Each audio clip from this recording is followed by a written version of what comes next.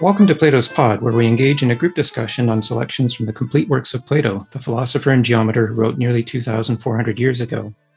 Today is February 20th, 2022, and I'm your host, James Myers. It is an honor to be joined in dialogue by participants from the Toronto Philosophy and Calgary Philosophy Meetup groups. Whether you've been with us before or are here for the first time, whether you have experience with or are new to Plato's works, I encourage you to add your voice to our dialogue. Today we finish our reading of the Phaedo, which ends with the execution of Socrates.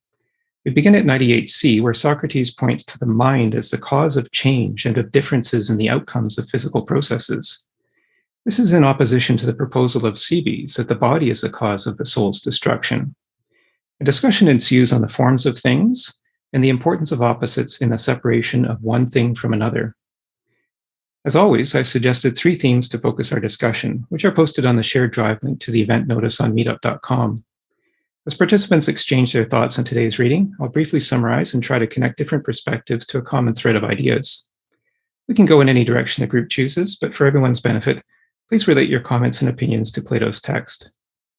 To contribute your thoughts, please use the raise hands feature in Zoom. Using the first name from your screen profile, I'll call on you to speak in the order that hands are raised, giving precedence to those who haven't spoken before. After we finish recording in 2 hours, I welcome any participants who wish to remain online for Plato's Cafe, a casual half-hour discussion on Plato or philosophy in general. So in concluding the Phaedo today, we might contemplate Socrates' depiction of the form of a thing as that which defines the thing's boundary in both being and non-being. Having stated that all things come to be in the present as opposites, for example, tall and short appear together as opposites, he says one form cannot mix with another form.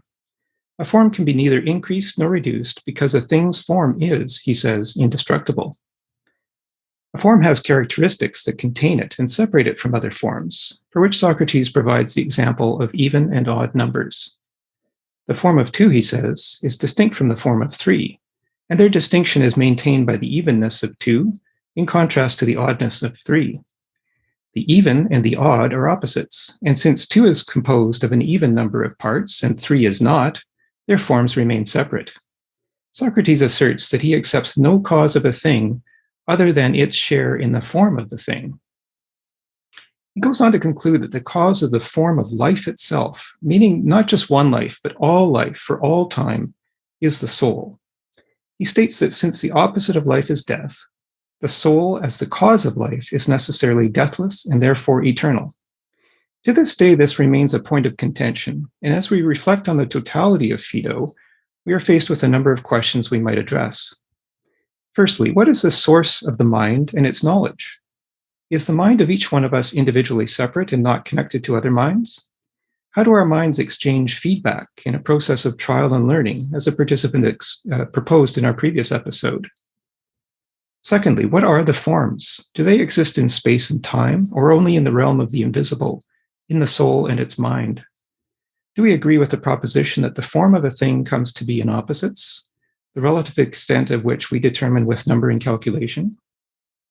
Thirdly, why did Plato end the Phaedo with a seemingly outlandish description of the shape of the earth and the underworld, and ask us, when we have no knowledge of it, to, quote, risk the belief, unquote, that it is correct? Fourthly, is the soul immortal? Do we agree with Socrates that the soul is the cause of life? In a previous episode, one participant proposed that the soul is information. And if that is the case, since we are subject to the universal law of conservation of information, how is the record of the soul maintained? And lastly, if it could be proven beyond any doubt that the soul exists and is immortal, what difference would that make to us today, 2,400 years after Plato wrote about it? So I thought we could maybe start with that first question, the nature of knowledge and in the role of the mind in understanding knowledge. So what is the source of the mind and its knowledge? And here I wanted to highlight a section that is in the notes. So let me just share my screen. This is from 98C to 99C. Let me just read this here.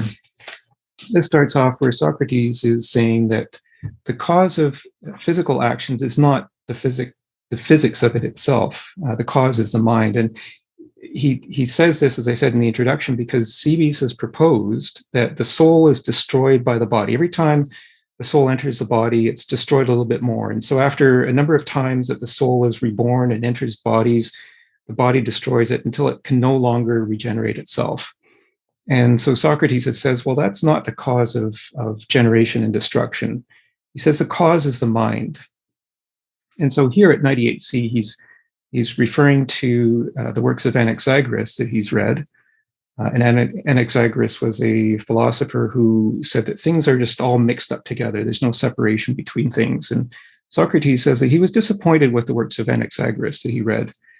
He says, this wonderful hope was dashed as I went on reading and saw that the man, Anaxagoras, made no use of mind, nor gave it any responsibility for the management of things, but mentioned as causes air and ether and water and many other strange things. That seemed to me much like saying that Socrates' actions are all due to his mind, and then in trying to tell the causes of everything I do, to say that the reason that I'm sitting here is because my body consists of bones and sinews, because the bones are hard and they are separated by joints, but the sinews are such as to contract and relax, and they surround the bones along with flesh and skin which hold them together.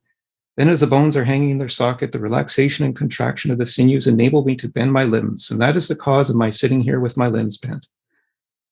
He says, well, that's not really the cause. I mean, these are all physical things, but they're not the causes of his actually sitting there.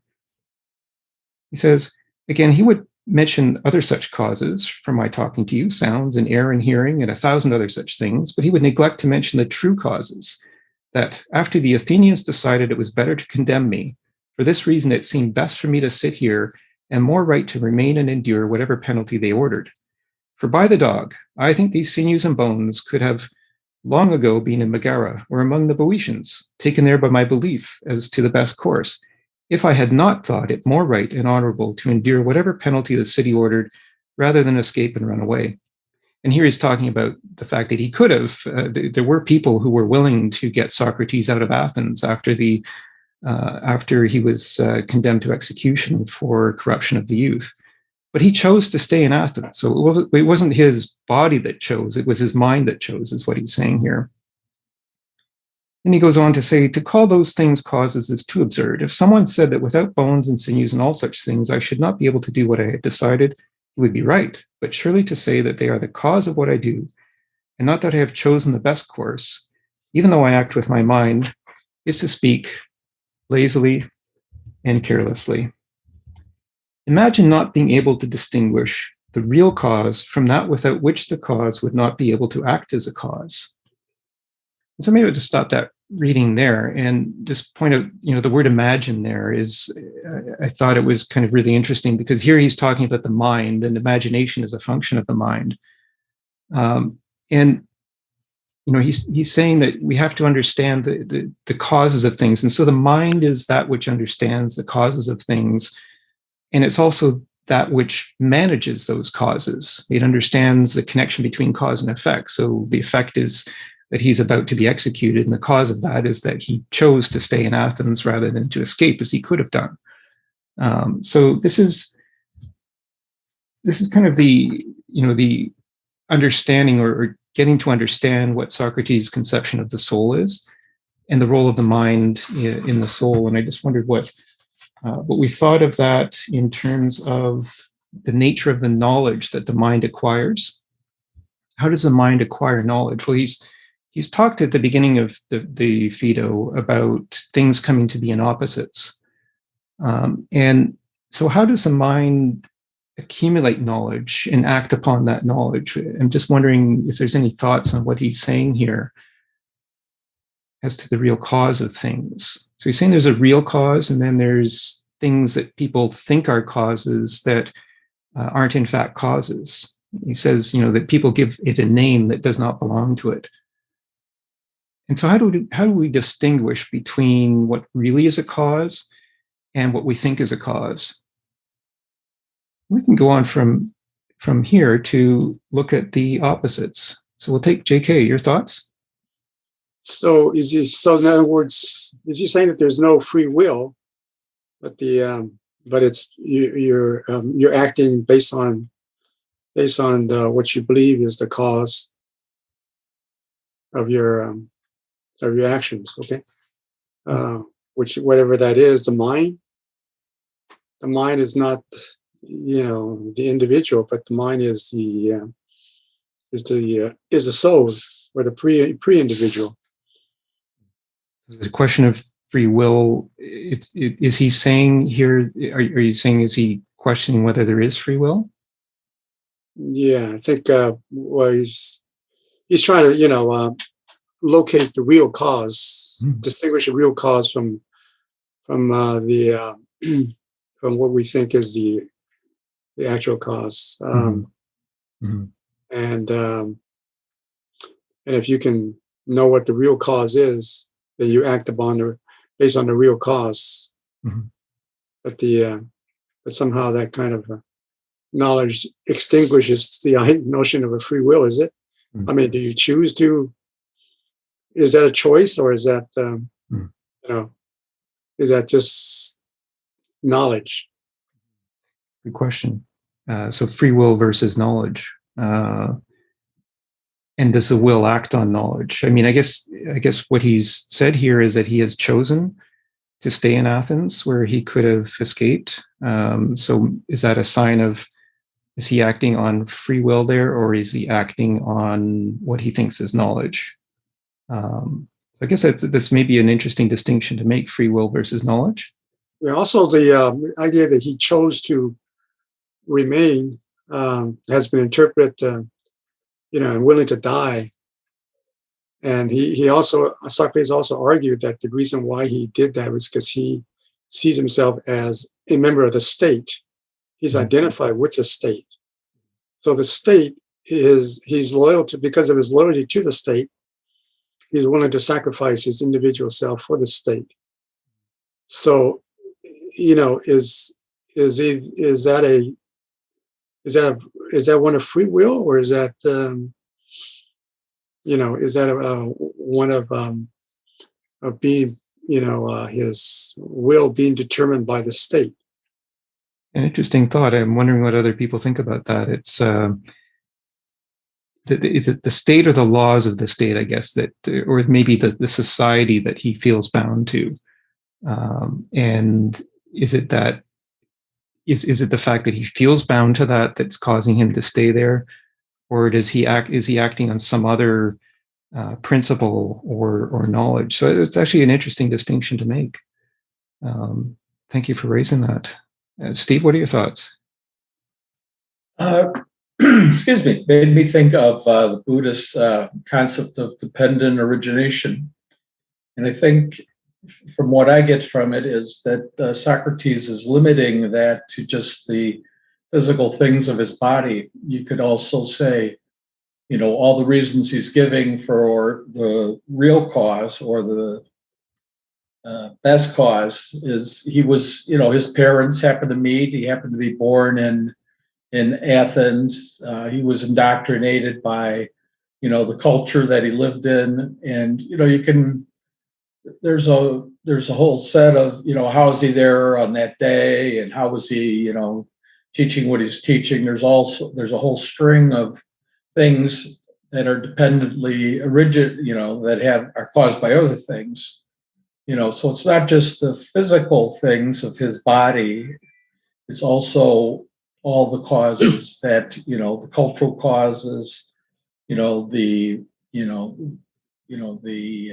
like I said, where he was born, and who he happened to have as a teacher, and how his, all those beliefs came together, and you can, run it all the way back to, how, humans happened to evolve, because the dinosaurs went extinct and mammals were able to evolve because there were no dinosaurs around. So, I think to summarize my view, I think he's limiting causality to just this, to what would be the idea of the physical to the ancients at that time. It's interesting. That's kind of, I think you're talking about a sequence of cause and effect that has led to this point. So for every cause, there's an effect, and then that causes another, or that results in another cause. Right, and it's just, and it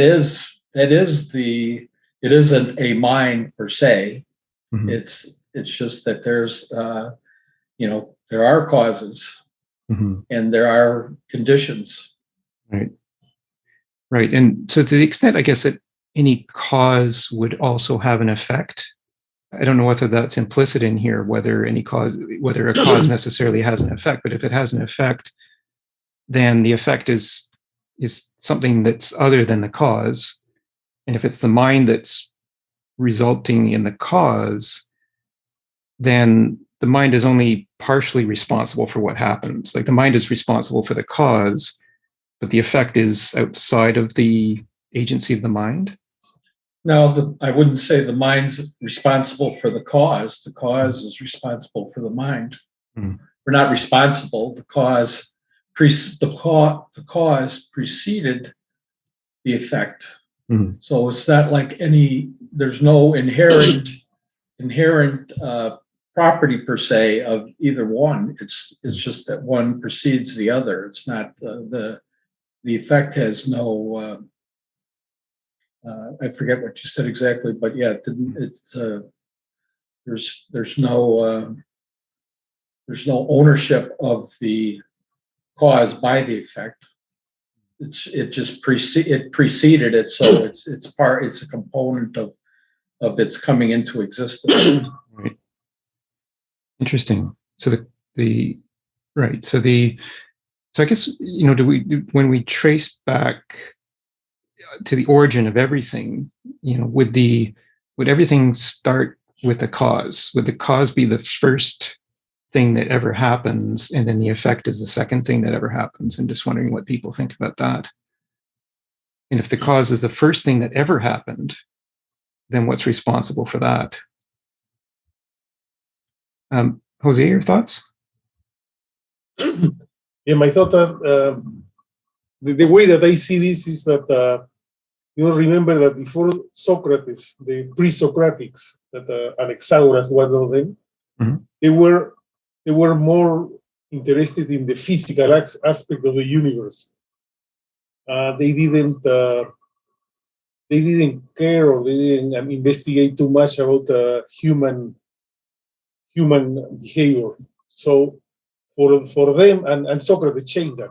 Socrates said that he doesn't care about the material things; he cares about the human beings.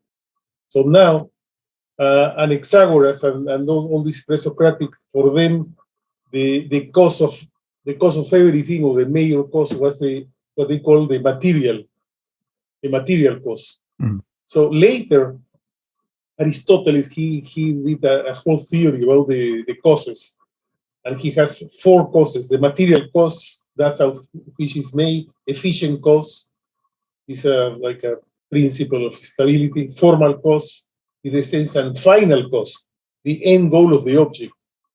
So now, I think Socrates here, he's doing an advance. I think an started of this. Maybe Aristotle is building this theory, and he's putting here the like what is called the final cause. So the end goal of the object. In this case, for human people, the end goal is the mind, whatever the mind says. I think this is the. So he's discarding Anaxagoras that will explain any. He said Anaxagoras will explain anything but the material cause. And he, well, it's kind of a little bit of a joke what he's saying, but that was the way. So he's refuting that and introducing the end cause, the teleological for humans. Interesting. The end cause as the mind. Yeah, that's an interesting way of summarizing it, and I think it reminds us of the section that we ended with last time, which was 96 to 97, where Socrates says that he used to be keen on the study of natural philosophy, which would be the study of physics, I guess. And he concludes that at the end, he didn't really understand what the cause of anything was. And he used the number 2 as an example of he didn't know what caused the number 2? Was it the addition of the first one to the second one to the first one, the combination of them both, or the division of one thing into 2 parts? So, I guess the order of causes is something that he was talking about there, and I think he's called that into question. And so now he's saying that it's the mind that sets the ordering of the causes, and not the physical. And so it's an interesting, I think, as you were explaining, Jose, that this kind of turning away from the material into the immaterial, and clearly he's got a conception of physics that, that which is visible versus the invisible, which is the soul. And he's clearly divided the universe into the visible component, which is the physical component, and the invisible component, which is the soul. JK. Yeah, it seems like if he's talking about, these causes, and relating to mind and body, aren't those in terms of mechanical causes, that are, that are based on science, but if you're talking about mind, maybe mind is not amenable to this kind of description of a mechanical, physical description, and so it's, mind is an assumption, right? Like he says in 100b, he says that, I propose to make a fresh start from those principles of mind, which you know so well. That is, I am assuming the existence of absolute beauty and goodness and magnitude in all the rest of them. So it's an assumption, right? So the whole notion of mind is an assumption, and rather than talking about in terms of causes, as if you can identify, right? You can't identify mind or spirit or soul, right? It's an assumption. So how could you talk about it in terms of mechanical causes? It's not like one billiard ball, talking about one billiard ball colliding into another billiard ball. It's, isn't that outside the purview of our understanding to talk about in terms of mechanical causes? If you talk about the soul, the mind, and what is absolute. A good question is the mind's operation knowable, I guess, is maybe the question there. And do we have to make assumptions about the mind? I like that quote from 100D. In fact, I'll read that in a few minutes more fully. I just wanted to explore that because there's a very specific thing in that section that he talks about in terms of the way we come to know things about opposites. But you've pointed out, JK, the question of, or the distinction between mechanical cause and causes that are not mechanical. So the mind maybe creates cause based on meaning rather than mechanical processes. And I think here we need to make sure that there's a distinction between the brain, which is a physical thing, and the mind, which is not a physical thing, or at least nobody has identified a physical thing that is a mind. People know what the physics of a brain is, but not necessarily of the mind. So yeah, we can explore that thought. Steve, your ideas? As far as thinking of the mind being not physical, that's just, I would point out that would be a dualistic view, which I'm not saying is wrong or right, just pointing that out, that it seems like is. And just because we're further along with understanding the brain, it doesn't mean that the mind isn't something physical. It's like we're the individuals that we understand to possess a mind are all physical beings that are that, where does this mind come from? Is it being, it's a very good argument could be that the physical brain and body and neural system is creating this mind. You could look at mind as perhaps a software. So I just, put that point. And my second was about Jose's about causes. And it made me think about that would be a teleological view that, things happen because of that things are caused for an end results. The example that I recall briefly is from Winnie the Pooh. Winnie the Pooh hears bees. So he hears if there's the sound of bees, there must be honey, and bees make honeys for bears that like to eat honey. So that's the view that things are happening because of, for our personal egocentric perspective. Thank you. Thank you. Yes, and I guess I shouldn't have assumed that the mind is necessarily not physical. I guess the jury is still out on that question. Although I think there still is that distinction, which is being subject to determination, so it hasn't been concluded yet. But I guess it's possible that a mind could be physical. And yeah, I guess in terms of cause, is it something that we are looking for the end result when we are causing something to happen? So thank you for those points. JK, your thoughts? Yeah, at the same time, think of the mind as a software and based on hardware is to you think of the that the mind is an epiphenomenon of the brain, and somehow it is dependent on the physical brain. And I think I think the Platonic view, this view that the mind is the cause, right? Would be different from that, right? And like in quantum mechanics, like quantum physics, don't we kind of sort of have a hint of that in the how the when they do the experiments with the photon, the waves, right?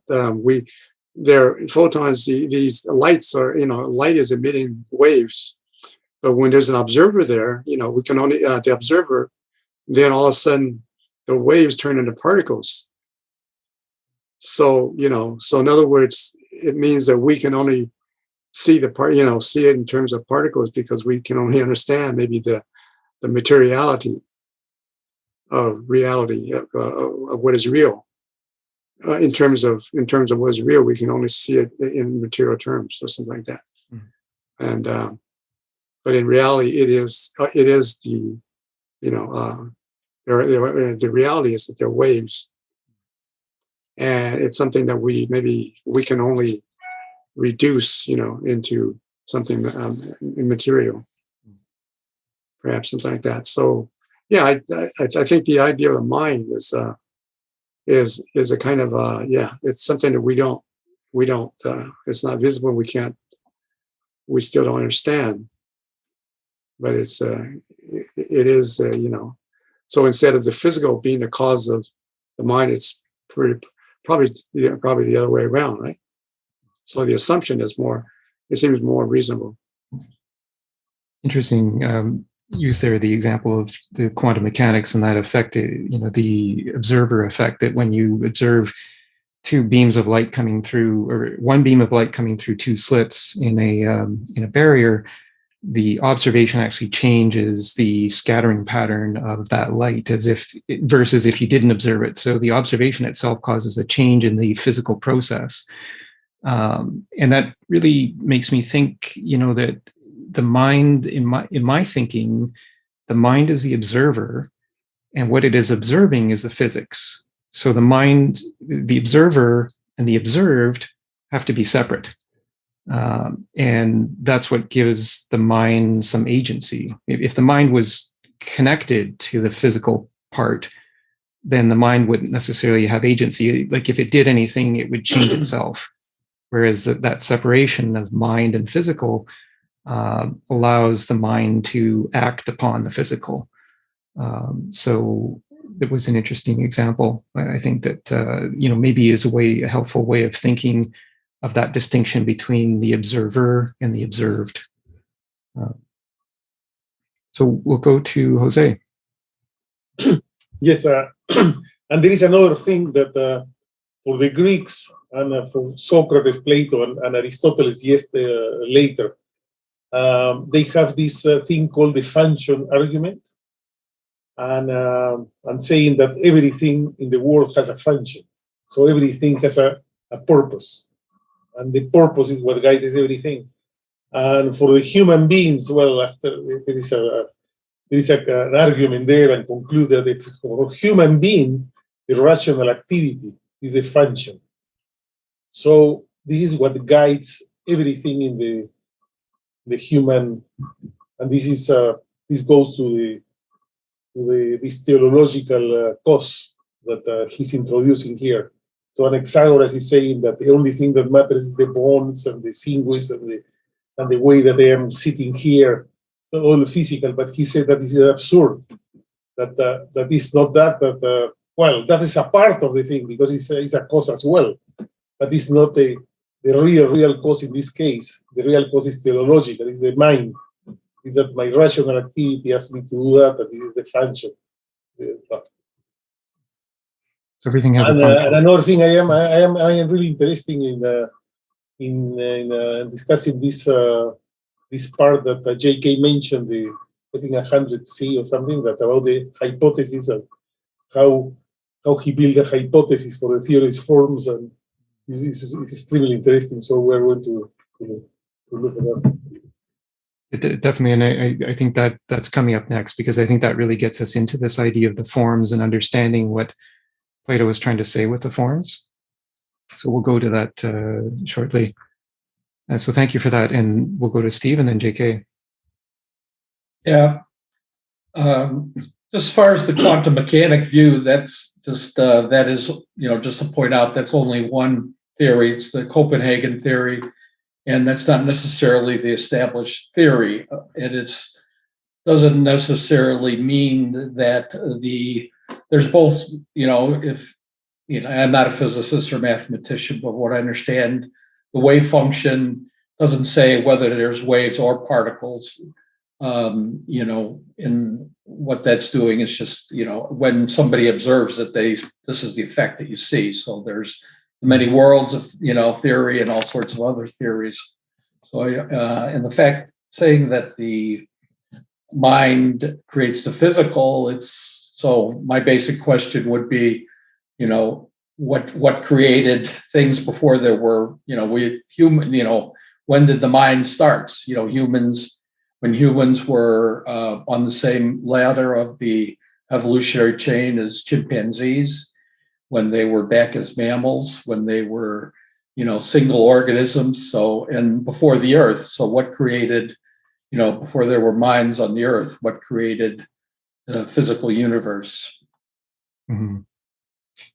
And definitely, the quantum mechanical process is definitely not settled. And, so whether the mind causes a wave collapse and reduces it to a point, I think that's still in question. But the fact that the observation does cause a change in the physical result, in the physical outcome, I think is something that has been understood. And it's just a question of how that change actually occurs.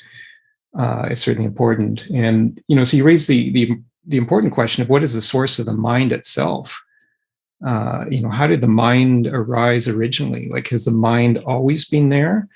Or did the mind just spring up from nothing? It's a really, that's, what is the cause of the mind itself? And, has the mind always been here, even though humans may have only been on Earth for, I think a few 100,000 years? Does that mean that the mind only started a few 100,000 years ago, or has the mind always been in the universe in some form? Is it okay to make a comment about that? Yeah, go ahead. Yeah. So you're talking about how did the mind form in human beings? Well, some of the evidence goes back to jellyfish. That, jellyfish are one of the world's most oldest animals. and they don't have any brains. They just have neurons or neuronal pathways that cause them to do. They don't really think, they just do or respond on genetic impulse. You know, you remember millions of years ago that most of the land-based animals, they originally derived out of the ocean, which is, you know, basically where your jellyfish came from. So what happened was animals that were in the ocean started laying eggs that were nearer to the shore to protect them from predators. And then some of them, instead of, you know, swimming into the ocean, swam towards land and later would evolve. And, you know, I guess some of those characteristics of neurons that would be the makeup of, you know, prehistoric jellyfish, you know, through millions of years of evolution would develop into a simple brain. The thing is that, you know, they say Africa is the start of hominids, or, you know, Homo sapiens, that sort of things, humanids. And one of the basic thinkings of how did the human brain evolve into having intellect was that as, you know, Homo erectus would begin to stand up through millions of years and walk, one of the theories is that some of the plant life, such as psychoactive, as we all know it in the drug world, magic mushrooms and hallucinogenic drugs, some of the Homo erectus, you know, early, very primitive humanoids would start eating psychoactive plants in organic matter. And from that would actually increase brain development to where they begin, the hallucinations that they had began to expand their creativity, which ultimately over the course of millions of years would develop intellect from that. The creativity and curiosity spanned by that would actually further human development to have what you consider a modern brain.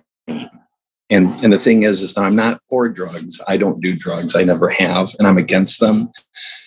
And drugs would be a very horrible thing for people to do. They would ruin themselves if they ever tried it, or a lot of people already have, I guess you could say.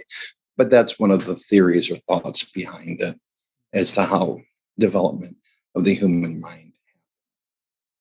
Because a lot of the material that's in jellyfish neurons, they're about the oldest creature that ever, I think one of the oldest creatures that ever existed. Their neuronal pathways are the same things in some primitive regard, or performs the same function as what's in modern humans today. Yeah, interesting. So it's you know, the evolution of the human mind could be tied to the evolution of other minds, and you know, I guess maybe this idea that how much is caused by a sense of reality versus a sense of something that's not real, as we were talking about in terms of the hallucinogens. So it's an interesting idea. Well, there's not just, you know, one concrete answer. There's many things in the world that shaped human development. It's a question of how we know these things too, and I think that's an important part in terms of our form of knowledge, and I think that's something that we want to go to in that section from 100 to 100 C and D. Yeah, well, when a very primitive prehistoric hominid or human would, you know, take a hallucinatory drug, they didn't really have much intellect, but seeing whatever visions or thoughts or creativity that would be expressed forced them to think about what they had experienced, and that would be the world's first insight into human intellect. For them searching for some sort of an answer to the strange sensation they felt that sprouted humans to think. And then Homo sapien, or what is it? I think, is it not Homo sapien, but Neanderthal means thinking man. That may have been the prehistoric era where humans first began to think, because Neanderthal, the definition of Neanderthal means thinking man. And that would be the starting point for advanced intellect in humans. Oh, interesting. So let's keep that in mind. This evolution that may go be a lot before the existence of humans, and see how we can make sense of that in terms of the way knowledge is formed. So we'll go to J.K. Yeah, it's interesting how drugs might have contributed to the expansion of consciousness in man, and according to anthropologists, they've studied different cultural rituals of many groups of people that rely on drugs for those religious rituals, and that might have also helped. But but the idea that the consciousness or the mind development is only based on this kind of physical evolution is I'm sure there's something to that, but we're talking about what came first, and what or if it's inherent in nature, whether the mind is somehow had to come about accidentally or by circumstances that that it had nothing to do with the original inherent nature of the culture and of human beings. But yeah, maybe we could talk about this, the idea of what preceded what. But I think the evolution as a, this kind of evolutionary process sounds like it's still based on, the physical coming first. And I go back to Einstein's notion that of E equals mc squared means the energy, I would say, preceded the matter, right? But maybe they came about the same time. But the energy, equals mc squared means matter is energy. So organic matter is a kind of energy, right? And so you could think of perhaps energy, maybe the mind, mind is a form of energy that is already there, before the matter. So yeah, that's so that means that the assumption that Plato's making is that in here this dialogue is that mind precedes matter. Is it okay to make a comment? That's actually very interesting. Is it okay? You don't mind if I continue on what you're saying? Is it okay? Yeah, just briefly, if you would. Yeah. Oh, okay. In relation to what the gentleman had said, dinonucleic acid is the building blocks of life, also known as DNA.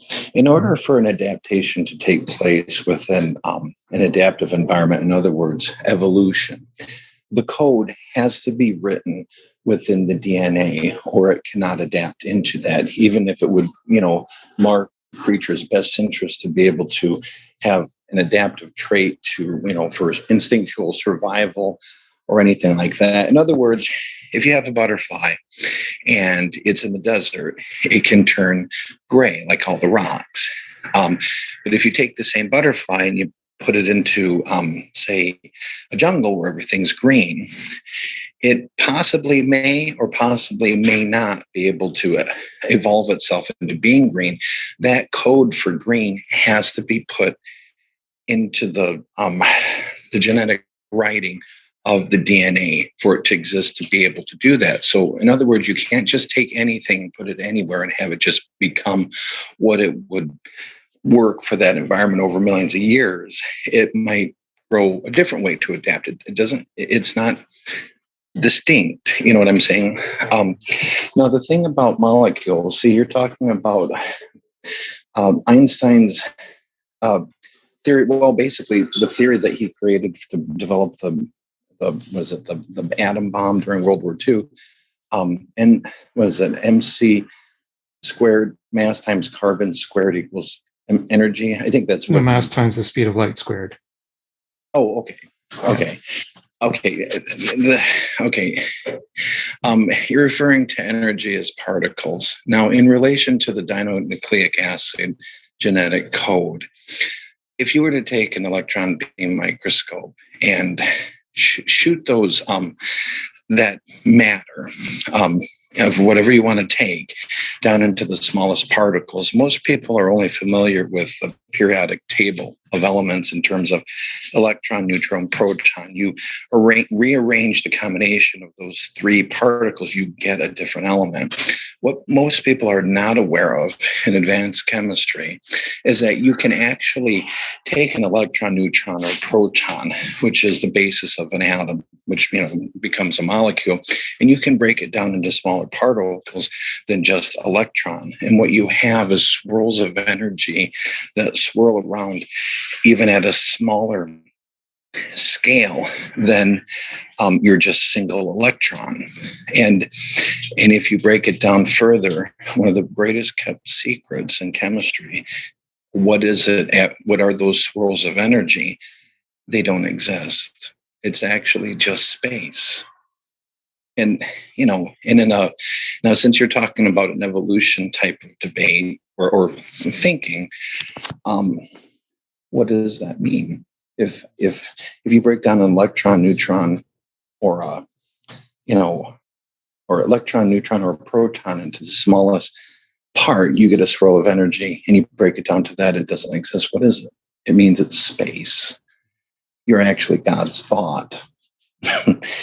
let's if we can just maybe go from here into looking at but I'm not getting into religion, but the point is as it relates into DNA for what things could adapt into or what they could not, the pattern had to be pre-written because there's a code to DNA for what things can adapt to and what they cannot. It seems to be pre-written deeper into the smallest molecules. Let's go from here, and just we need to cover a few other things here, I think. But I think the idea that the mind is perhaps energy. I'm not a religious person, just so you know. No, I appreciate that. No, thank you. And so I want to give others a chance here to speak. But I think the idea that the mind is energy is an interesting idea. It's and certainly I think as physics maybe pivots more towards this idea of string theory, where everything is made of these. Or the idea is that everything is made of strings of energy. I think is maybe there is some consistency to that idea. So we can keep that in mind. But also that the mind is not just energy, right? Mm-hmm. It's not blind energy. It's right. Right. There's form and matter and energy. Yeah. Mm-hmm. Exactly. Well, we can go maybe from here, because I wanted to get to this idea of the forms and how we accumulate knowledge. And so there's a section from 100C to E. Maybe I'll just read it here. And this goes back to the idea of knowledge coming to us in opposites, or things occurring in opposites, which is how the Phaedo started. And so at 100C, Socrates is saying to Cebes, he says, "Consider then whether you share my opinion as to what follows. For I think that if there is anything beautiful besides the beautiful itself, it is beautiful for no other reason than that it shares in that beautiful. And I say so with everything. Do you agree that do you agree to this sort of cause?" And Cebes says, "I do." Socrates goes on to say, so here he's talking about causes. He says, "I no longer understand or recognize those other sophisticated causes. And if someone tells me that a thing is beautiful because it has a bright color or shape or any such thing, I ignore these other reasons. For all these confuse me, but I simply, naively, and perhaps foolishly cling to this, that nothing else makes it beautiful other than the presence of, or the sharing in, or however you may describe its relationship to that beautiful we mentioned. For I will not insist on the precise nature of the relationship, but that all beautiful things are beautiful by the beautiful. That, I think, is the safest answer I can give myself or anyone else. And if I stick to this, I think I shall never fall into error. This is the safe answer for me or anyone else to give, namely, that it is through beauty that beautiful things are made beautiful." And so here he's going back to this, the notion that things come to be in opposites. And he goes on with an example of tall and short. So he goes on to look at the nature or the height of the people he's talking to. So he's got Phaedo and Simmias in front of him. And he's remarked that Phaedo is the tallest, Socrates is the shortest, and Simmias is in between. And so what is the cause of the tallness of Phaedo versus the intermediate nature of Simmias and the shortness of Socrates? So he concludes that it's because when tall comes to be, short is necessarily there at the same time. So things come to be in opposites. So the idea or the notion of tall necessarily entails the notion of short. So things come to be in opposites. And so here he's, I think, saying that knowledge comes to be or comes to the mind in these opposites. And he has earlier in the Phaedo said that it's with the equal that we determine the relative distance between these opposites, or the relative nature of these opposites. And so here he's given an interesting example, in this passage from the passage that I just read, and then the passage that follows from 102b to 103c. And again, I just looking for people's views on this, this idea that we started off the Phaedo with, that things come to be in opposites, and just take it to understanding of cause and the knowledge that the mind gains over time. Do we see any connection here to our own understanding of knowledge? Is this the way knowledge comes to us, or does knowledge come to us in a different way? This kind of idea of relativity of things. So at 102b to 103c, he makes the point, again, here he's talking about the relative height of Phaedo and Simmias. Nor is he shorter than Phaedo because Phaedo is Phaedo, but because Phaedo has tallness compared with the shortness of Simmias. That is so. So then, Simmias is called both short and tall, being between the two, presenting his shortness to be overcome by the tallness of one, and his tallness to overcome the shortness of the other. Now, it seems to me that not only tallness itself is never willing to be tall and short at the same time, but also that tallness in us will never admit the short or be overcome. But one of two things happens. Either it flees and retreats whenever its opposite, the short, approaches, or it is destroyed by the approach. It is not willing to endure and admit shortness and be other than it was, whereas I admit and endure shortness and still remain the same person and am the short man. But tallness, being tall, cannot venture to be small. In the same way, the short in us is unwilling to become or to be tall ever, nor does any other of the opposites become or be its opposite while still being what it is. Either it goes away or is destroyed when that happens. We're saying that the tall is always tall. That idea in our minds of tall cannot become short, but tall and short come from each other. But once they become, tall is always tall and short is always short. So that's the general idea that he's trying to get across, is our understanding of things is in some sort of relative sense, I think.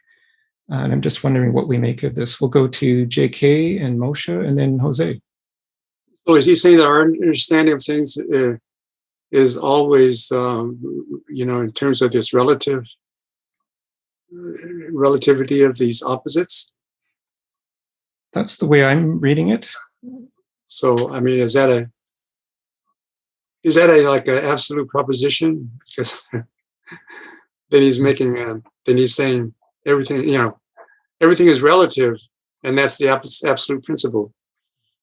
But is that absolute principle also relative? That's a good question. I mean, certainly, with this example of tall versus short, when the mind thinks of tall, there is no universal law that says tall means anything over 6 feet, for example. There's no universal law that says that, but we each have a way of gauging tall versus short, right? So we've got relative perspective. So maybe it's a question of perspective, and there's no absolutes in perspectives. We each have a different perspective. And so, the part that I read first, the 100C to 100C to E, that's where he's talking about the beautiful, and so each one of us has a different conception of the beautiful, but something is beautiful and the opposite of beautiful is ugly. So something can't be beautiful and ugly at the same time. It's either beautiful to some degree or ugly to some degree.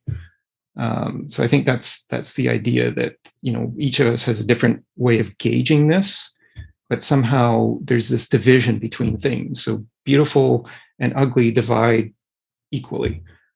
Tall and short divide equally. And somehow we find that equal point between them. And that's how we determine the nature of something is its share in either being tall or being short. But he's also, before that, he also said that beauty there's an absolute beauty, right? There's an absolute beauty. Yeah. There's an absolute idea of beauty. But he's now saying that in the world that we are in, we see things in relative terms. Mm-hmm. That's the way I read it, and I'm wondering how others think about it. Yeah. So there's this perspectival position that he's taking, that contradicts, that is in conflict with the idea of an absolute beauty, right? Yeah, I'm wondering if it's absolute beauty or the idea that there is something that is beautiful. Like it's not that any particular thing has been designated as beautiful. Like there's no universal law that says this is beautiful and that is not beautiful, but there's a universal concept of beautiful. That's the way I'm reading it. I'm just wondering how others. But he seems to be saying both. He's saying there's a concept of beautiful. Mm-hmm. At the same time, that's now he's saying that beauty is only a perspective. Mm-hmm. Right, and I guess it's a question of what we think has a share in the beautiful. So I might think that something shares in the beautiful more than you think something shares in the beautiful. So we would have a different perspective on the content of the beautiful in anything.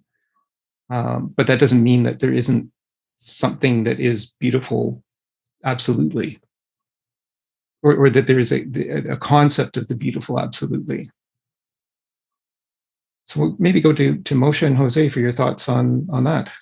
Moshe? How you doing? Good. I want to take two steps back. The first step back is to right at the beginning of 100, where Socrates is talking about his faith in the ability of thought to contemplate existence, and he says that he says, I am very far from admitting that he who contemplates existence through the medium of thought sees them only through the glass darkly. He is far from admitting that, but he is not contradicting. He's just saying, I don't like that particular point of view. The other point, the point being that point of view is a legitimate point of view, that people who contemplate existence through thought are only seeing through the glass darkly because they can't get outside of their own thought. Okay, that's the first thing. The second thing is about this something being absolutely tall. We were talking a couple of weeks ago about, or at least I was, about the distinction between contradictories and contraries. And contraries are things like up and down, hot and cold, tall and short. And one of the examples that I gave was, if I built a ladder from here to the moon, I would be going up and up and up and up and up until I got to a point when I'm starting to go down and down and down and down and down, and yet I have not changed my direction. But we know from a physical standpoint that gravity has intervened here. The same thing with tall and short. Kareem Abdul-Jabbar is taller than Billy Barty. Okay, well, we can't infer from that there's an absolute tallness, because Billy Barty could all of a sudden start to grow, take new hormone drugs, and now he's taller than Al Cindor. So now Billy Barty is tall and Al Cindor is short. So the opposite of tall is not short, The opposite of tall is not tall. And the opposite of beauty is not beauty. Okay. So it's not as if something can have one property and never have anything else. And that's from a logical point of view. I also want to point out from an empirical point of view that he says in this passage on 100C or something like that, hold, and I am assured in my mind that nothing makes a thing beautiful but the presence and participation in beauty. This idea of participation is very vague in Plato. Okay, we all seem to pass on it, that something's tall because it participates in tallness. But for any particular thing that we would look at, that it participates in dozens, if not hundreds of things at the same time. And it could participate in not only the same thing could participate in not only the idea of tallness, but also in the idea of not tallness at the same time. So even at the level of existence, we can have these contradictories out. We must take into mind and try to reconcile when we're reading Plato. And thanks for a number of good points there. I mean, certainly things could participate in a number of forms. So Socrates might be short or not tall, but he's a number of other things at the same time. I'm not sure, and I don't know what others think, but I'm not sure I see the distinction between the word short and the word or the term not tall. And I'm wondering if that's a question of the way we apply names to particular things. Well, if I say that, let's compare Lou Alcindor with the Eiffel Tower. Okay, by comparing Lou Alcindor with the Eiffel Tower, that doesn't mean that Lou Alcindor is short. He's just not tall. I mean, if you use it and you compare that in that particular sense. And we can do that for dozens of other contraries at the same time. Okay. And so I guess it comes maybe to a question of whether this idea of absolutes is the case, right? So does short mean, absolutely below a certain height? And does tall mean absolutely above a certain point? And I'm just wondering, is it a question of, relativity instead? So that some things are taller than others. So tall goes for an entire range, and the mind sees tall always in contrast to something that isn't tall, which it might call short. Well, that was an interesting point that you made, and a thought came to my mind when you said that. You were saying that something could be absolutely tall, okay? And I was thinking about that for a second, and I asked myself the question: could something be absolutely a meter long? Okay, well, yeah, it can be. Something can be absolutely a meter long if it compares with what used to be the absolute meter in Paris, but has now been replaced by a wavelength. It used to be a stick, and now it's a wavelength. But everything in the world that shares exactly that same property is exactly a meter tall. And the only thing that is not exactly a meter tall is the absolute meter itself, because it's it can't measure itself. So is there an absolute tall? I don't think that there could be an absolute tall like there is an absolute meter. And if there is, it's an idealized thing, but not an existent thing, even at the level of the forms. That's my opinion this morning at 11 o'clock. Thank you. Yes, and you raise the important idea of measurement. Specific measurement versus a more general category of thinking, which is tall, versus 1 meter, which is a specific thing. Tall is a more general thing. So that's an important distinction. I think that's helpful. So thank you. So we'll go to Jose, and then JK, your hand is up. So we'll go to Jose. Okay, the way that I have reading these passages. Okay, first of all, I agree that that here the concept of forms is very vague. I understand that in the next dialogue that we're going to see is Parmenides, we will see a very big like a critique of the theory.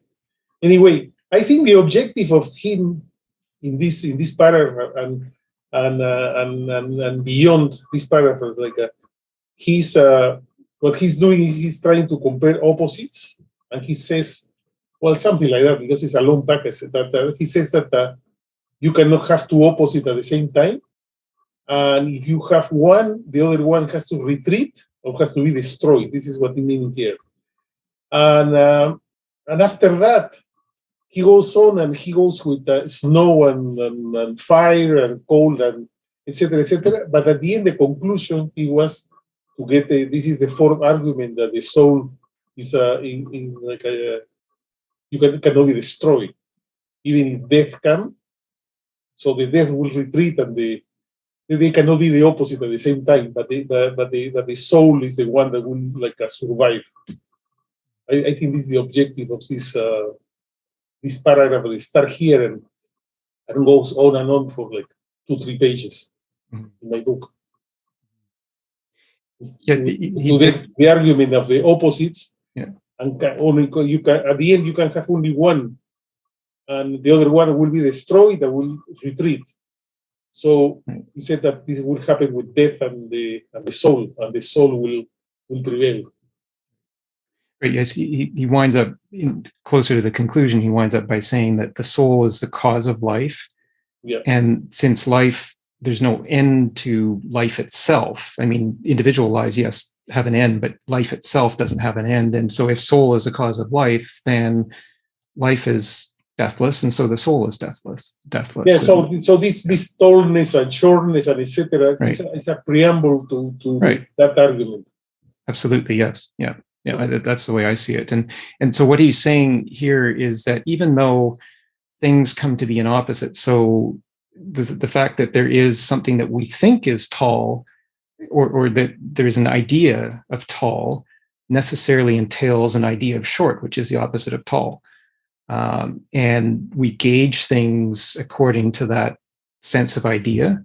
That's the way I'm reading it. And he says, further here on, I like this particular part here, where he's 103C, Socrates inclined his head toward the speaker and said, "You have bravely reminded us that you do not understand the difference between what is said now and what was said then, which is that an opposite thing came from an opposite thing.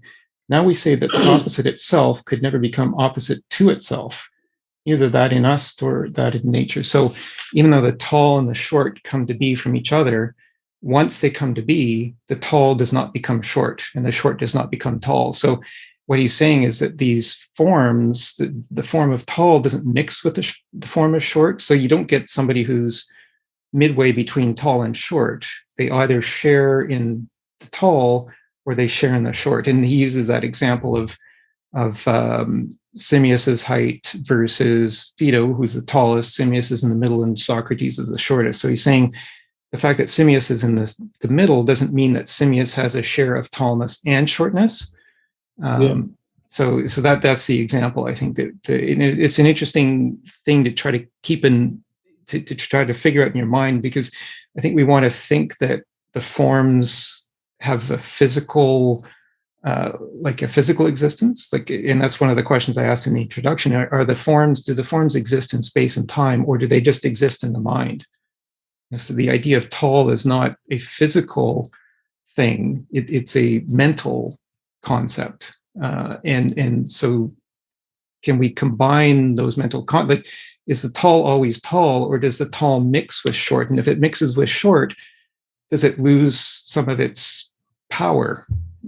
Does it become anything other than tall? Well, he's saying here, no, it can't. It doesn't mix. The forms are individually separate. So each form has something that separates it from its opposite. So but it's worth exploring, because this whole idea of the forms is difficult to understand. And one of the questions I have is, why didn't Plato tell us exactly what the forms are? Like, why does he kind of leave this little bit of mystery here? Steve, your thoughts?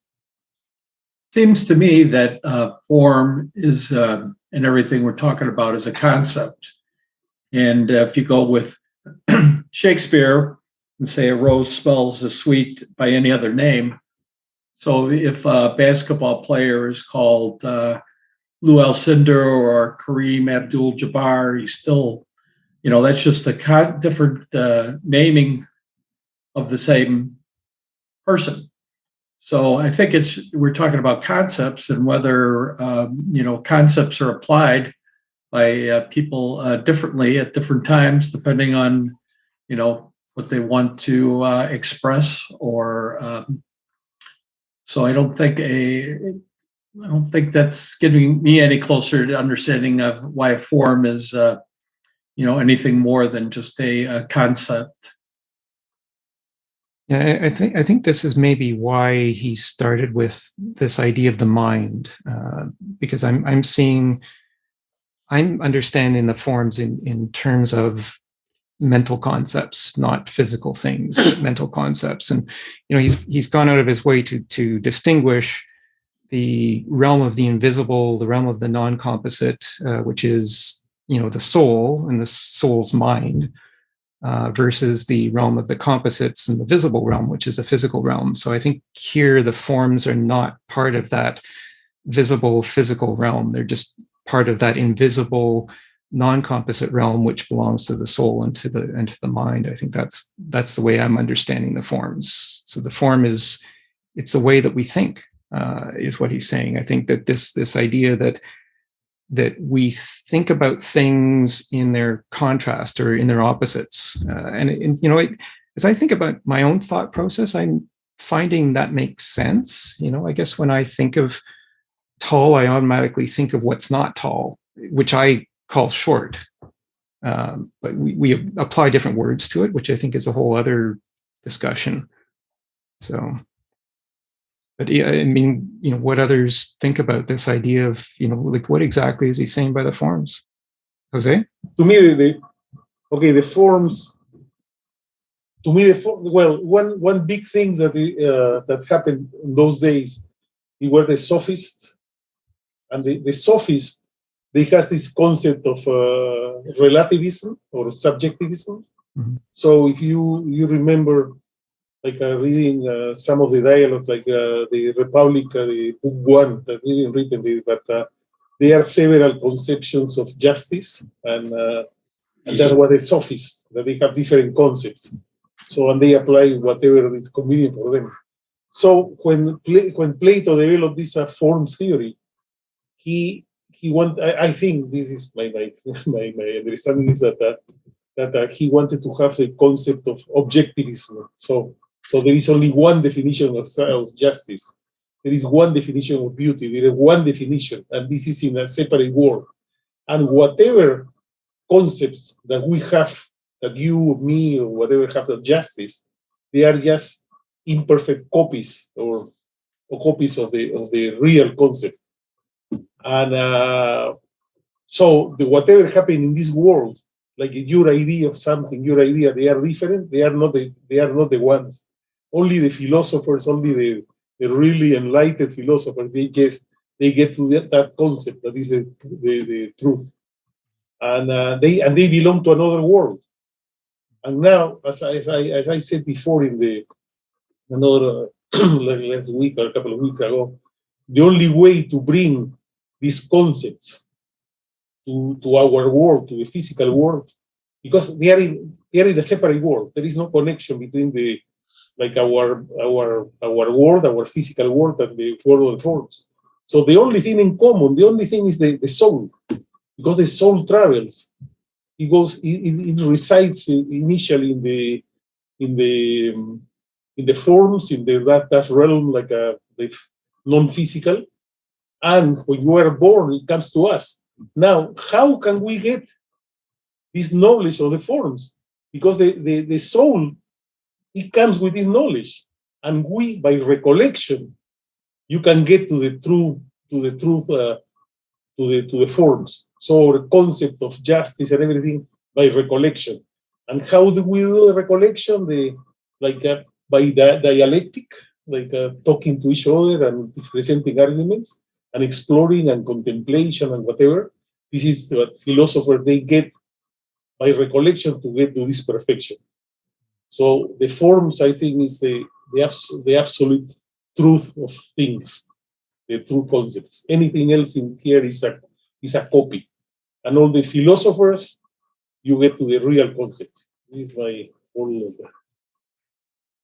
So some interesting thoughts there in terms of recollection and the form of knowledge, which I think is something that, to remind what I think it was our last episode where Socrates talked about our thoughts coming to be in opposites. Or thoughts are triggered by opposites. So if we think of tall, we necessarily think of short. And that's one of his ideas about all knowledge is recollection, is that's how our thought process goes. And so that's an interesting idea there that, again, this idea of opposites and identifying the difference between the opposites by finding the equal. So if there's a tall, there is the opposite short, and somewhere right in the middle of tall and short, that's the equal, which is neither tall nor short. But he's saying that's the point that we identify in our minds as the way of gauging the relative existence of tall or short. So that's kind of the way I'm interpreting this, and this idea of form as that contrast and the way that we find the difference between that contrast. We'll go to Moshe and then to Steve. The Greeks were very sensitive and very clear about the distinction between sense and intelligibility, between perception and intelligibility. And I won't go back to that quote about seeing through the glass darkly, but Socrates was saying that he was afraid that his soul was being blinded by by trying to apprehend things by the senses alone. And I'm thinking that one of the common things that, and he goes on to say that I dare say the simile is not perfect. The simile is not perfect. So what we do as people is we have a definition of something. Let's say a triangle, very simple thing, three-sided. And we say that the definition of the triangle is different from, what it describes is different from what we can see. For instance, if I draw a triangle on a blackboard, or I draw a triangle on a piece of paper, or I draw a triangle in the sand, that none of those things are perfect. Okay, so we want to be able to say that the definition has some perfection that the empirical thing cannot have. It seems to me that it's a very easy step to go from the definition to the imperfection of the empirical item to the definition and the perfection of the mental item. But while we can see the physical item, it doesn't follow from the fact that we've conceived this perfect mental item that corresponds with the definition, that item actually exists. I mean, thinking doesn't make it so. And even though we have a definition for it, it doesn't make it that the thing is out there, unless you want to get into, some sort of problem like Meinong and his gold mountain, or even simpler things like unicorns. So I think that Plato is very aware of this, and he's clearly coming down on the side that there are such things as mental perfections. But he has not. I mean, in my mind, he's very suggestive, but he's not proven it. And I dare say that you have to have an opposite opinion, like Hume or somebody like that, to throw the definition, throw the idea out altogether. But I just want to point out the difference, the mental step that we make between comparing a definition to something in the sand with comparing a definition to something that we think. Thank you. I think that was actually really helpful, Moshe.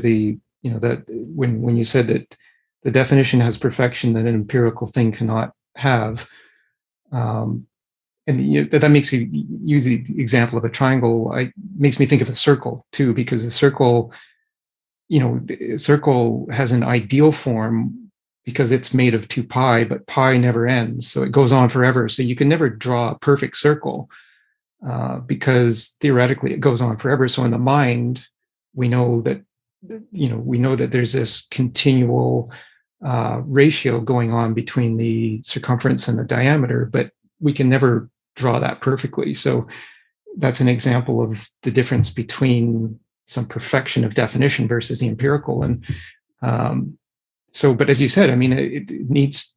We want proof of this, don't we? And how do we get proof of something like that? So is Plato maybe trying to imply that it's not provable? Because maybe it's in the domain of the mind and we can't prove things that are in the mind, because if maybe as soon as you prove it, you change it. I don't know. It's a thought. So thank you. I think that was helpful. We'll go to Steve and then JK. Going back to the soul being the way of, first that the mental and physical are separate. Again, I see that as what Plato's proposing, but not necessarily true. But the soul is a concept. So how can a concept be aware of itself? So a concept is a concept. How is a concept aware of itself? And a triangle is a concept, so it exists as a concept. So it exists. It's from our point of view as humans talking to each other. There's physical drawings that we make to represent a triangle, but the triangle is a concept that we have, and the having of a concept doesn't necessarily preclude. You can't. How else can we? If we don't have the sense perception, how can we perceive the concept or the physical drawing of a triangle? So if you've ever been knocked out for an operation, you have no perception, so you can't know anything. So, from my point of view, the only way that you can understand or know anything is by having perceptions. Interesting. And certainly there is no physical thing that is triangle, right? There are physical things that are triangular, but there is no thing in the universe that you can point to say that is triangle, and it is nothing else other than triangle, right? So it's a concept, I guess. Right. But for concept, why drawing on a piece of paper is our perception of something. It's right. Our concept is, I don't see why we could say a concept is not a physical thing. It is something that we're, somehow we produced this. We spoke this out, and we're saying it to me. So for me, and that's my last word. I'm sorry to interrupt, but that's it seems just as much a physical thing. A concept seems just as real as a table. Right. And I guess it's is it maybe that when we draw a triangle, we are drawing an image of something, of a concept that is a triangle, but what we're doing is we're creating an image of it. So we're not doing the original triangle, but we're doing a reproduction of it. Maybe that's the difference. So thanks for that, and we'll go to JK and then Jose. Yeah, this notion of the principle that there are these forms of tallness and forms of shortness, and there's no such thing as an in between, right? isn't that the principle of the excluded middle that Aristotle, I think, coined to describe his way of thinking about the logic of what of existence, or something is a equals a, and not a equals not a. Yeah, I just wanted to clarify that. Yeah. If that's it goes. Is that what it's the same kind of thinking in terms of opposites? And there's no such thing. There is a, you have to adhere to the principle of non-contradiction of the excluded middle. I think the way you put it as non-contradiction maybe is a good way of thinking about it, perhaps. That tall cannot contradict itself, and I think that's maybe that's what Socrates is saying in this section here at 103. Was it 103C? I think. 103C. That tall cannot contradict itself. It always is tall, and so if tall were to mix with short, it would start contradicting itself, and it would no longer be tall. And so then the coming to be of opposites would no longer exist. So that's why I think he's saying that once the form of tall is established, it stays as tall, and the form of short stays short. And things are tall or short because of their relative participation in those forms. I think that's what he's saying, and that the middle, the excluded middle, we could maybe talk about that in a future episode, but the middle maybe is neither tall nor short. And I think what Plato is saying is that the mind goes to that middle to establish the relative, or to gauge the relative presence of tall versus short in something. That's my understanding of it. The excluded middle, in Plato's sense, would be the equal. Neither one nor the other, but is equal to both. So thank you for that. The excluded middle, an important concept that we should maybe discuss. Jose, and then Moshe.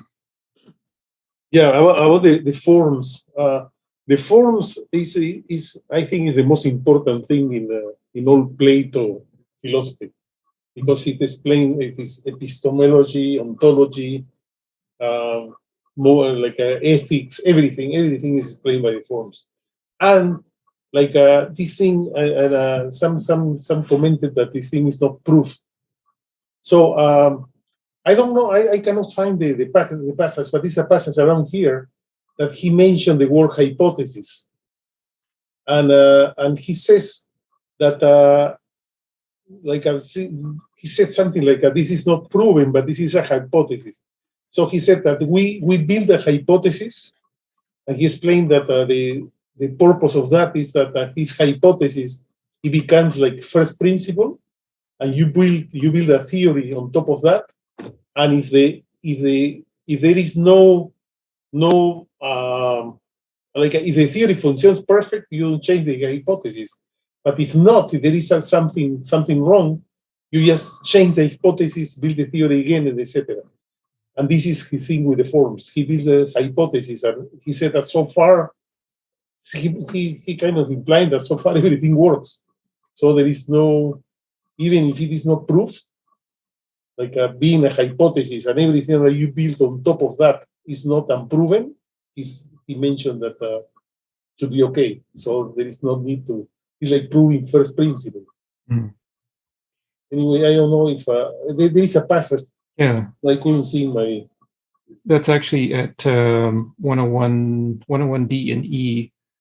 And I think what he's saying there with the hypothesis, he says, I think what he's talking about is empiricism here, and he's saying that that's not the way to go. I think what he's saying is, if someone then attacked your hypothesis itself, you would ignore him and would not answer it until you had examined whether the consequences that follow from it agree with one another or contradict one another. And when you must give an account of your hypothesis itself, you will proceed in the same way. You will assume another hypothesis, the one which seems to you best of the higher ones, until you come to something acceptable. but you will not jumble the two as the debaters do by discussing the hypothesis and its consequences at the same time. And I think there he's talking about this constant mixture of hypotheses versus going to the form of a thing. And that goes back to where he says that he doesn't accept the cause of anything except for its participation in the form of a thing. So I think he's saying that hypothesis there is maybe not determinative. Like you can form an hypothesis, you can disprove it with another theory, and you can continue going on with theories, but how do you know that you've got the final theory and the first principle? That was my reading of that section in any event. But thank you for raising that. I think that's an important point about hypothesis. Moshe, your thoughts? Yeah, the hypothesis is used. I mean, it's used very well in scientific thinking, but it is not used so well in theoretical or philosophical thinking, as he brought up with the case of the Sophists. I just want to go back to the distinction between the law of contradiction and the law of the excluded middle, and that's a distinction in logic between what we call a conjunction and a disjunction. And the law of contradiction is nothing can both be and not be. So those are conjuncts, and you cannot a conjunction cannot be true if either one of the arguments is false. Okay. On the other hand, the law of the excluded middle, everything must either be or not be. Okay. So a proposition in that form can be true, is only true if both of them are false. Okay. And the law of the excluded middle is something that has come under fire after Aristotle. And I'm not going to go back and use those arguments against Plato, because I think we want to be able to look at Plato and what I call and understand him, which is what I call singing a happy song. We want to sing the happy Plato song. But we do get, when you bring in the law of the excluded middle, that is something that post Plato, and after we finished understanding what Plato is trying to say, we can go back and criticize him, from that logical point of view. Thank you for that explanation. I think that was very helpful. The excluded middle, everything must be or not be. I think if I got it correctly, and I think maybe if we just maybe not think about those words, excluded middle, but just think again about what he's saying about the forms, both of tall and short in this example. And then he goes on in this 103E to 104C that I've got here. And here he uses the example of the even and the odd. So, a number is either even or it's odd. And evenness and oddness are opposites, but they help to keep the form of a number as itself. So the form of 2, for example, shares in the characteristics of evenness, whereas the form of 3 does not. The form of 3 is not even, it's odd. And so the evenness and oddness, those opposites, keep the form of 2 and the form of 3 separate. So, this idea of everything must be or not be. So 2 must be even and must not be odd, and 3 must be odd and not even. Same as tall must be tall and short must be short and not each other. I think that was an interesting way of thinking about it, and the idea of conjunction, I think, was helpful for that explanation too. So I think that was helpful and appreciated. I wanted to go maybe to this idea of whether the soul's presence in a body makes it living, and this may go to the question of whether the soul is immortal, which I think is something that is still debated. I think there's a lot of people who think that it's not immortal, and some who do. And this may go into religious concepts as well. And I found this passage 105D to 107D to be particularly interesting, where Socrates starts with the proposition that what is it present in a body makes it living? The answer is a soul. And is that always so? The answer is of course. Whatever the soul occupies, it always brings to life. It always brings life to it. It does. Is there or is there not an opposite to life? There is. What is it? Death. Socrates says the soul. So the soul will never admit the opposite of that which it brings along, as we agree from what has been said. Very well. What do we call that which does not admit death? Well, the deathless, he said. Now, the soul does not admit death? No. So the soul is deathless? It is. So here is an interesting argument, but it's all based on the premise that the presence of the soul in the body makes it living. And I think here he's really getting to the heart of the question of whether the soul is immortal. Because if the soul is what makes something living, and the form of the living is opposite to the form of the death, then the form of the living always exists, the form of the death always exists. But if the soul is what is making the thing living, and the living is an eternal form, then the soul is eternal. I think that's the way I'm reading this particular argument. And I'm wondering what we think about that. Is that connection that he's making between the soul and the living necessarily so? Or do we think that there's something else that makes a thing living? Jose?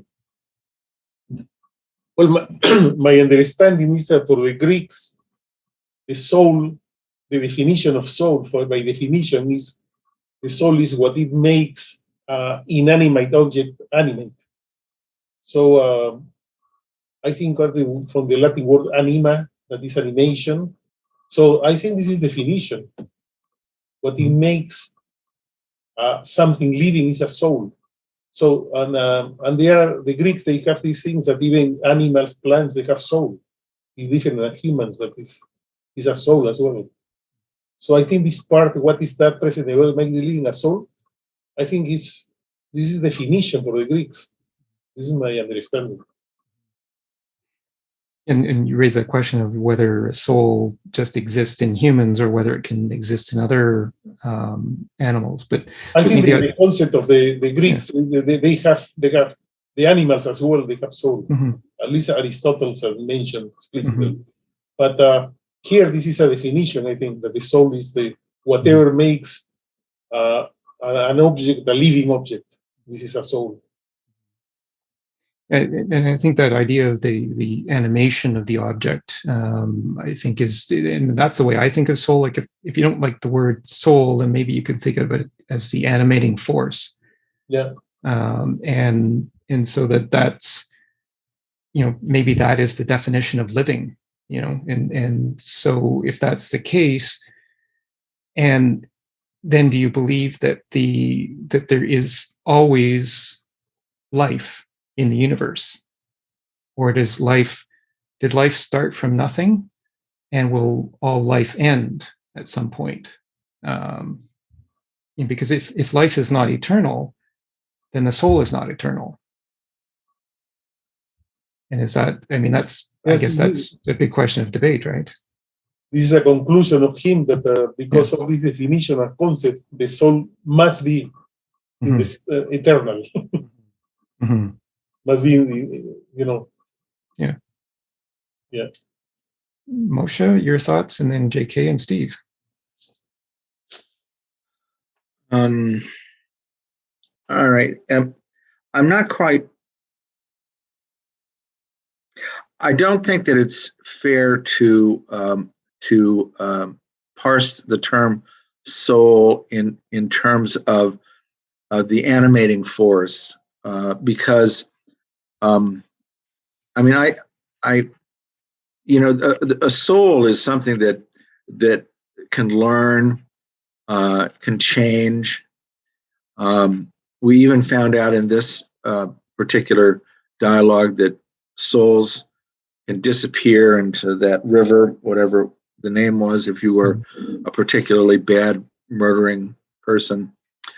I dare say from a 21st century standpoint, I think that plants and worms are both alive, but I don't think that either one of them have a soul, and I'd be hard pressed to say that they have an animating force. And even if I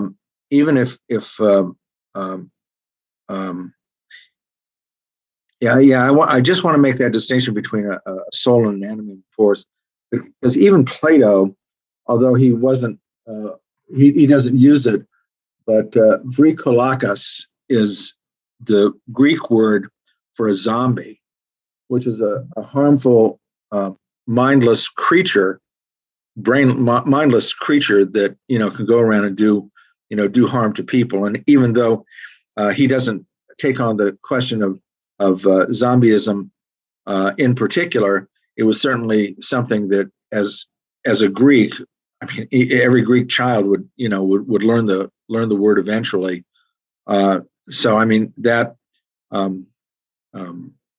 something that although he doesn't pick it up, seems to contradict the idea that that soul is mere animism, something that that is a living force. And it's important, I guess, to understand that the animating force, I mean, when I think about it, it's something that can certainly change. It's not like once the force is established, it doesn't just go on as it always was. It's something that's always self-adaptive, maybe. But yeah, I mean, I guess whatever word we attach to it, I guess he's saying that it's what makes a thing living. So then it is, I guess, a question of whether life is defined as, human life or, ape life or, worm life. At what point is something not living or animated with the soul? So certainly there's different concepts of that. And it's important to understand, I guess, where that distinction is made. Yes, what I am saying is that maybe now it's not or whatever, but for the Greeks, I think that was the concept. That this is the definition of soul. Now probably it's not. To 21st century we can or whatever, but at least in Plato's time, there was the definition. Yeah. JK and Steve. Yeah, it seems like we're trying to, parse the definition of what the soul is, and we're trying to be, we're trying to define the soul, very anthropomorphically, and from our human perspective.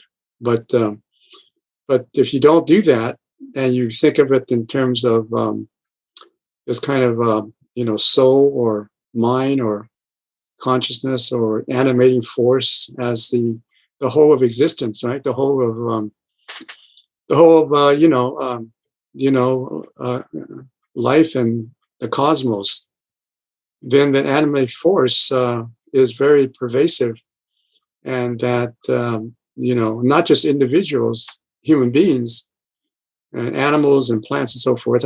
Can we think of our individual, our human existence separate from our environment, separate from nature, separate from the cosmos, right? If you can't, then the animating force is all pervasive and precedes everything that exists.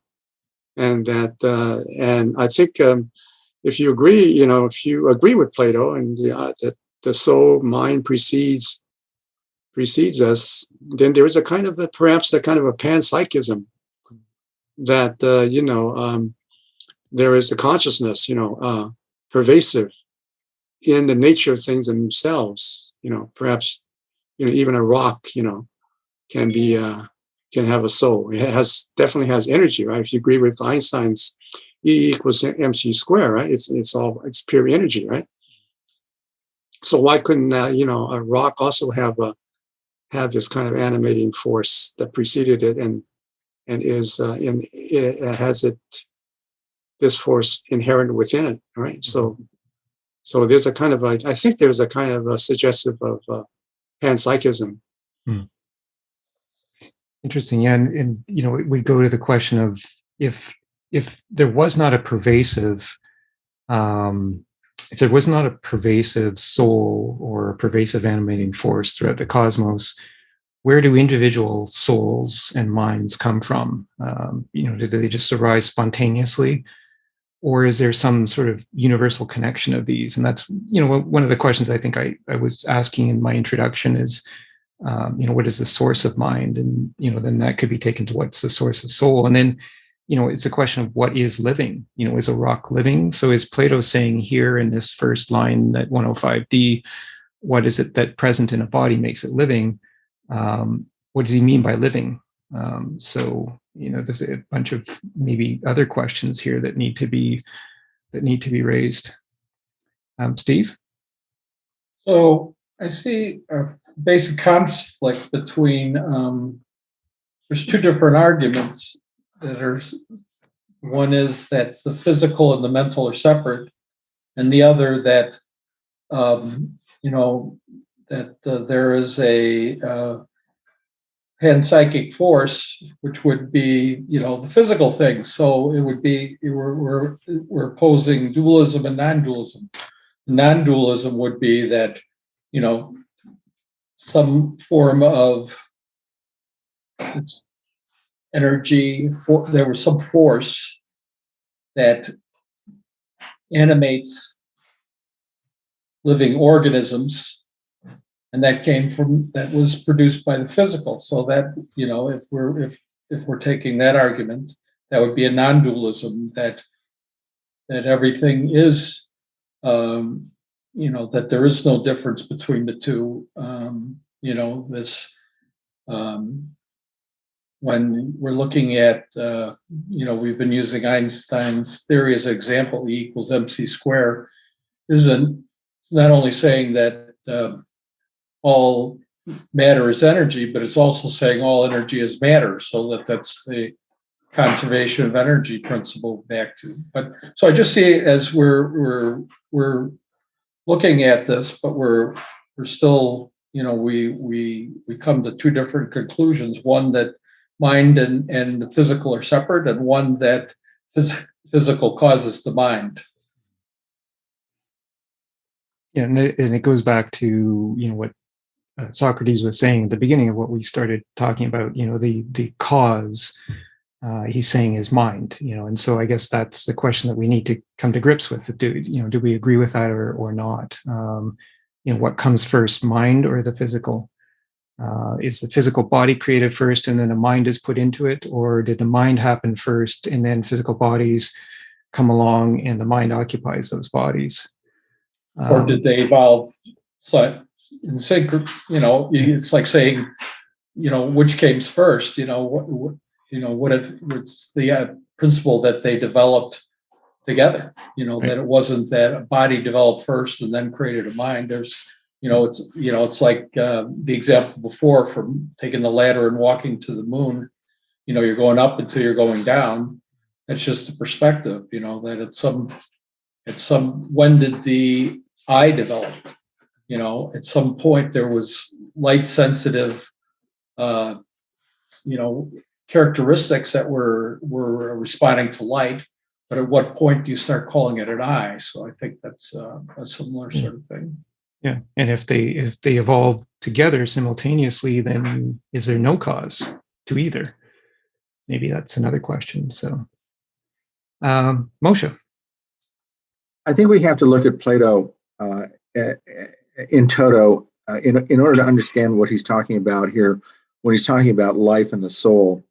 I don't believe that he's talking about life in general. I believe he's talking about human life. And because he's always talking about human beings and human actions and human ethics. And, Aristotle goes on to give us a great biology and talk about all these empirical things, but you don't find that in Plato. So I don't think Plato would be happy with the idea that, the soul is the thing that you find in plants and worms, that brings them life. I don't think he's talking about that kind of life. I think he's talking about the kind of life that entails a spiritual life, because he talks in dozens of other places about, in the Phaedrus, one of my, famous examples is, how the souls, they attain their vision by scratching and clawing at each other, going toward the forms, because it is the forms that bring with them enlightenment. And it is also, as it says at 249, in which God abides, and in beholding which he is what he is. So God himself becomes immortal and God because of his proximity to the forms. But it's all this living thing is all about human life. It's not about, cellular machinations. Well, yeah, and certainly that's something that we can explore. I think it's I'm not quite sure which side he's on, actually, whether it's just human life or whether it extends to other forms of life. So it's a good question to raise. JK and then Jose, and then unfortunately we're running out of time. Yeah, maybe the slight lack of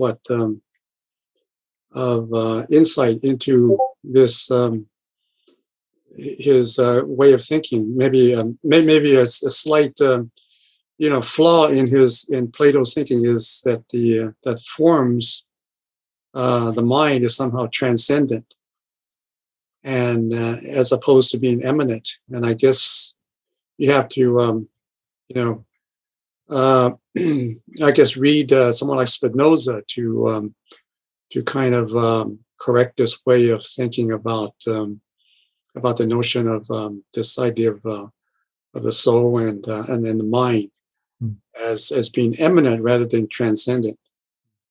And maybe that's why he didn't go so far as to think of the mind in terms of this pervasiveness in existence itself, as opposed to the existence of becoming, as opposed to the existence of somehow being. So there's a split there in Plato between becoming and being, and but to bring that those two posed into a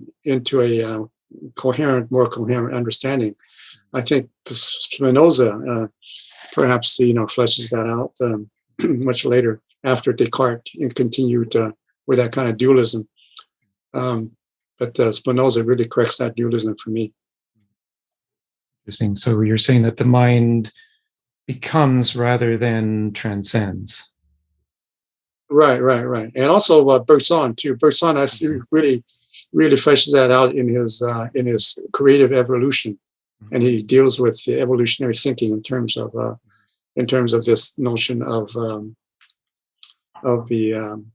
two mechanical ways of seeing life as mechanical and as a vital energy, vital force. Interesting. Well, that's something that we can definitely explore, I think, as we go forward in trying to understand the forms, and this idea of the form of life itself, I think is key. So we'll go to Jose, and then I think we are pretty much out of time for today. So maybe Jose, if you would take the last word. Yeah, just to respond to Mosh, let's comment about the soul and the living. Definitely Aristotle.